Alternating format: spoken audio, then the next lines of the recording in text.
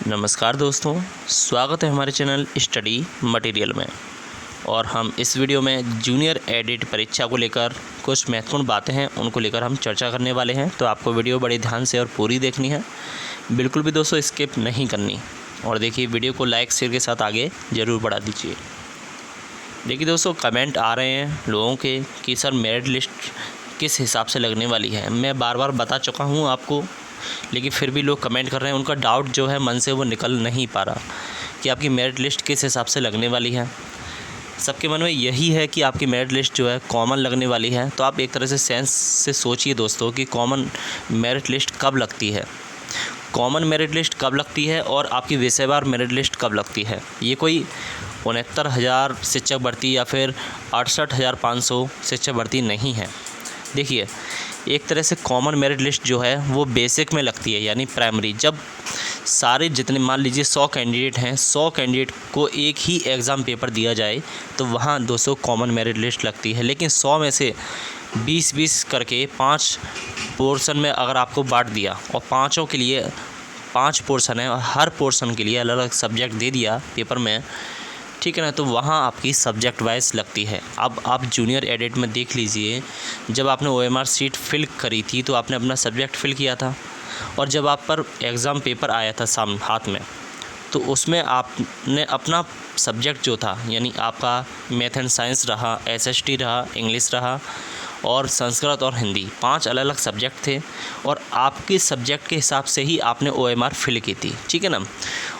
OMR fill होने के बाद जो आपकी आंसर की जो आई थी दोस्तों, वो भी आपकी सब्जेक्ट वाइज आई, ठीक। और जो सब्जेक्ट वाइज आंसर की आने के बाद आपकी जो फाइनल आंसर की आई वो भी आपकी सब्जेक्ट वाइज आई।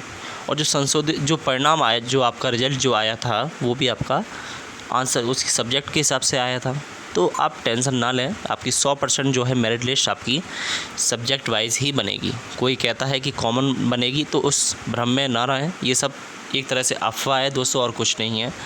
सेंस लगाकर सोचिए, आप खुद समझ जाओगे कि कॉमन लगेगी या विषयवार।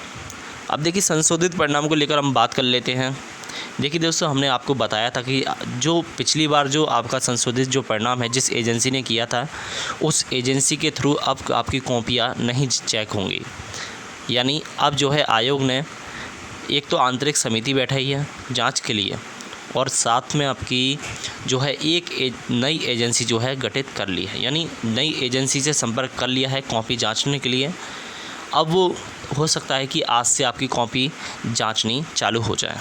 आज से आपकी कॉपी जांचनी दोस्तों, स्क्रीनिंग की प्रक्रिया जो है आज से चालू हो सकती है, ठीक है ना। अगर आज से आपकी स्क्रीनिंग की प्रक्रिया जो है चालू होती है, आज है दोस्तों 17 जून, तो आपका 25 जून तक दोस्तों मुश्किल से 17, 18, 19, 20, 21, 22 यानी 7 दिन, 1 हफ़्ता लगेगा दोस्तों आपकी स्क्रीनिंग करने में, ठीक है ना। यानी आपका 25 जून जो आपकी डेट अधिकारियों ने बताई थी गुप्त रूप से, तो उनके मुताबिक आपका 25 जून तक आपका संशोधित परिणाम जो है वो जारी कर दिया जाएगा। यानी पोर्टल पर जो है हो सकता है कि 25 जून की शाम तक या फिर 25 जून को रात को 12 बजे से पहले आपका पोर्टल पर संशोधित परिणाम अपलोड कर दिया जाए।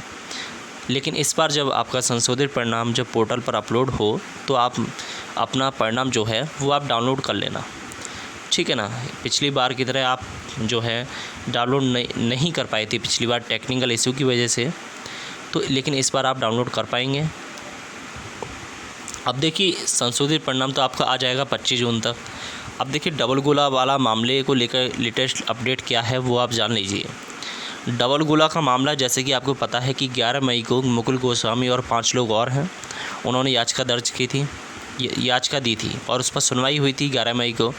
और जस्टिस जो हैं सिद्धार्थ जो हैं उनके अंडर में सुनवाई की गई थी और उन्होंने आयोग को दोस्तों कहा था, परीक्षा नियामक को, कि इसकी जांच पड़ताल की जाए कि आखिर मामला क्या है, और जवाब वगैरह मांगे गए थे।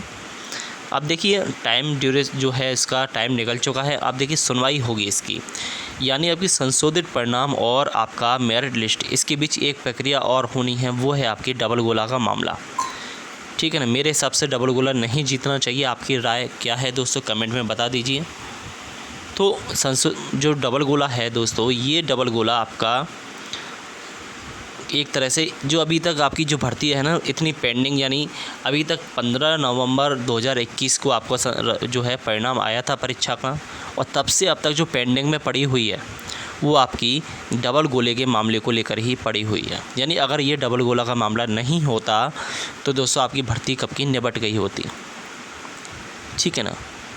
तो आप टेंशन ना लीजिए, ये भर्ती आपकी जल्द से जल्द निपटने वाली है। यानी 5 जुलाई की आपकी सुनवाई की तारीख है कोर्ट की, तो 5 जुलाई को जो है सुनवाई की जाएगी और उस सुनवाई में दोस्तों आगे की प्रक्रिया के बारे में बताया जाएगा। अब देखिए सीटों की संख्या को लेकर हम बात कर लेते हैं। सीटों की संख्या दोस्तों, सीटें हैं, सरकार के पास सीटें हैं और बढ़ाने का हक भी दोस्तों, यानी बढ़ाने का अधिकार भी सरकार को ही है।